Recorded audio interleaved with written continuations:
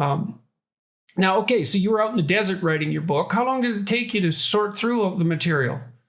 I went off into solitude 5 different times for 10 to 12 days apiece. The first trip out was to the desert for the first 12 days. And that was basically to see what I had. I came back from that feeling like I had something that was personal, that might be worthy of being between, two hardback covers.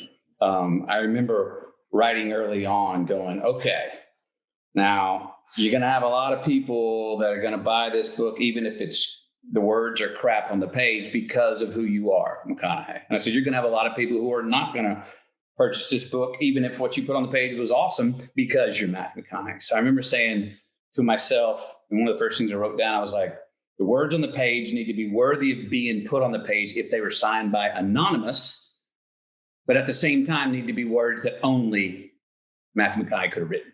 And that was sort of my little bubble of going, because this is not about, you've read it, it's not about a celebrity book.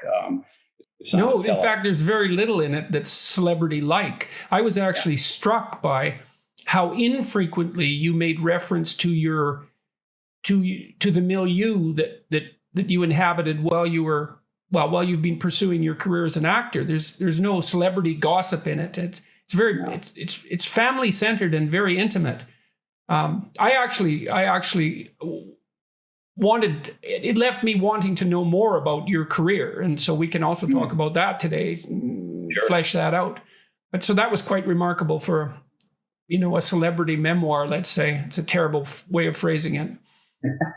A memoir by someone who happens to be a celebrity. Yeah. Well, it wasn't a celebrity memoir. It was an autobiographical meditation, I would say.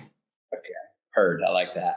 So I went away. I came back the first 12 days. And I was like, okay, I think I got something. And then I'd come back, handle my honeydews at home, get everything back, make sure I didn't fall too much in the deficit of being a father and a husband back home. And then as soon as I could, head off again. I was fortunate to have a wife who was like, get out of here each time. When I came back, you could tell how, the first 12 days were like a purge. I mean, I came back and the whole family like saw me.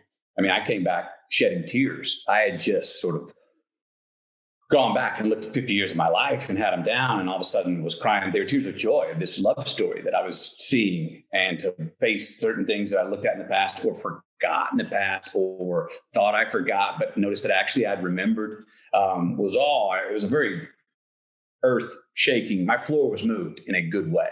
Well, that's great that it was moved in a good way. That's a lovely thing to have happen to you when you're 50 and looking back. Yes. And then 4 other trips. So 52 total days. I was in solitude. And then the next year and a half was basically editing it. And I didn't have as many of the stories in there early, which I would say served as sort of the narrative backbone throughout that string the whole piece together. Yeah. And intermittently in there, I'll put a poem, a prescribe, a prayer, or something that will either call back. I looked at them like in movies, like they're a flashback or a flash forward. And can they, coming out of a story, tell the reader, oh, this is how I saw the situation that you just read? Or can it propel you into the next story?